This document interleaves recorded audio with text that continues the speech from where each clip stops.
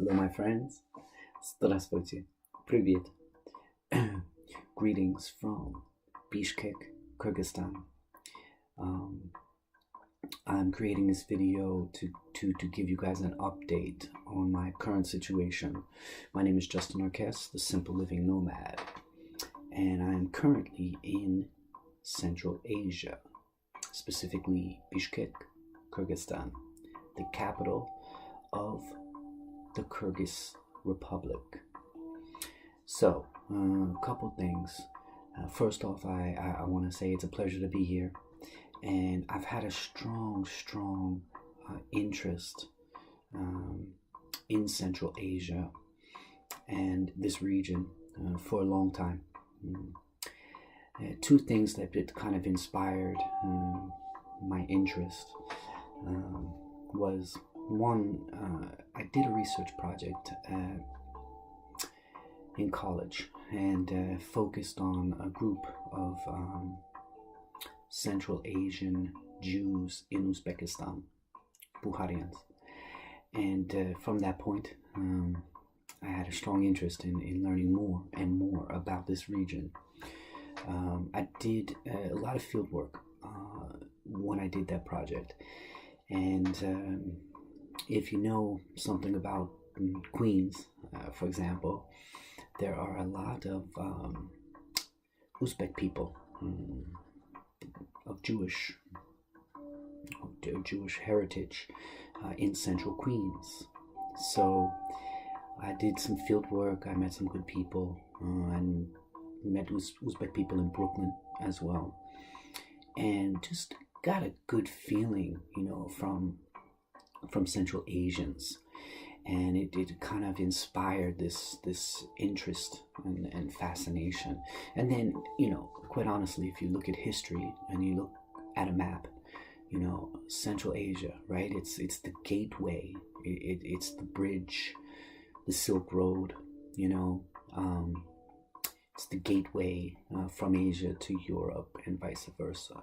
So, with that being said, it has fascinated me for years, and finally I'm here. All right, so first things first, Bishkek. I've been here for over 2 weeks, and it's been a fantastic experience so far. People have been very kind and generous and eager to help me, eager to assist me. Couple things right off the bat is the official language here is Kyrgyz. All right, but in Bishkek, specifically, Russian can be heard and used. Russian is very valuable in Central Asia if you are traveling in Central Asia.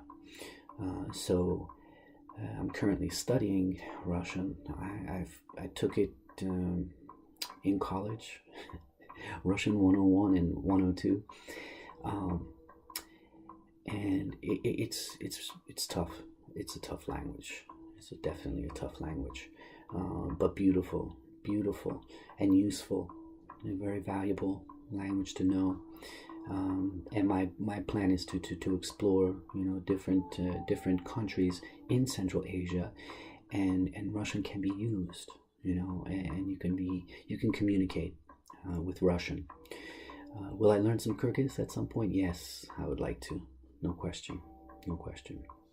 Okay, Bishkek. Where to start?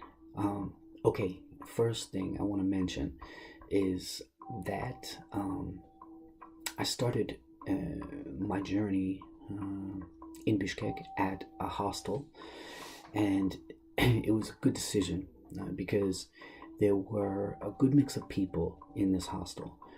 There were people that were either born and raised in Bishkek or had quite a lot of history in Kyrgyzstan, in Bishkek, or people from other countries in Central Asia. So long story short, it was great. I met some nice people, and I learned a lot about Bishkek by staying at the hostel. you know.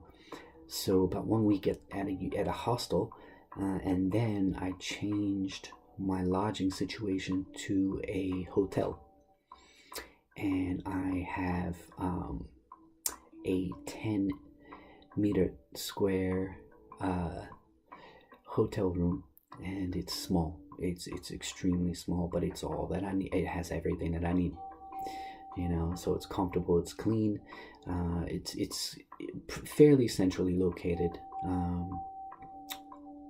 I'm walking quite a bit in Bishkek, and for two reasons. It's one of my favorite physical activities, and I get to see a lot of the different features here.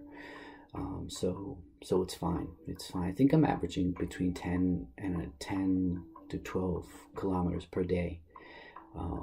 So I'm sleeping well too. Anyway, what else did I want to mention? Cuisine is delicious. As you would imagine, you know, there's different elements. This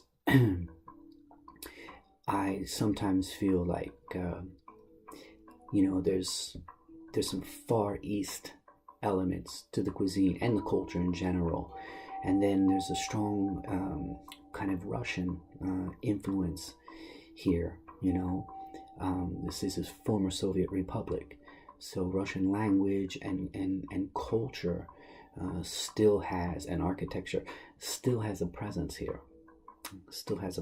And it shows up in the cuisine as well. And then, you know, due to the majority Muslim population here, you know, we kind of have some hints of the Middle East, you know, in different aspects of this culture. So, long story short, it's a fascinating place to be, I have to say. All right, we talked about Russian, very useful, very, very useful here, especially Bishkek. Fairly easy to get around Bishkek, so I'm walking most places. There are minibuses that are fun and crowded, but very cheap.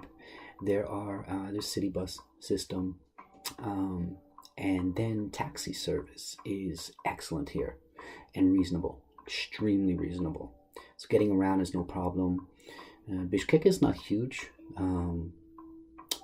It's it's not a big city. Another thing, I don't feel, you know, kind of like overwhelmed. You know, it's not the pace here. I think is kind of comfortable for a city. You know, it's the capital of this country, and they're probably close to 1 million people in this metro area. So it's a city, but the pace is I like it. You know, it's not overwhelming. It's not overwhelming, and it's beautiful. You know, there are sections of this city with impressive architecture, and there are parks, and it's green, although not green yet because it's still the beginning of spring, but it will be green. You know, Bishkek I think is kind of green. As far as bike riding in Bishkek, I don't know the city well enough to ride a bike, and you know, the rhythm of the traffic and bike lanes don't exist for sure, just don't exist. And so you gotta, I think, have some experience here, you know, to be safe on a bike. So I won't attempt it, not yet. And let's see. Okay, something that I don't like to spend a lot of time on, but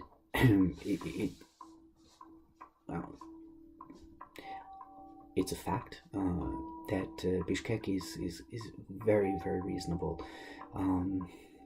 Lodging, food, transportation, extremely reasonable.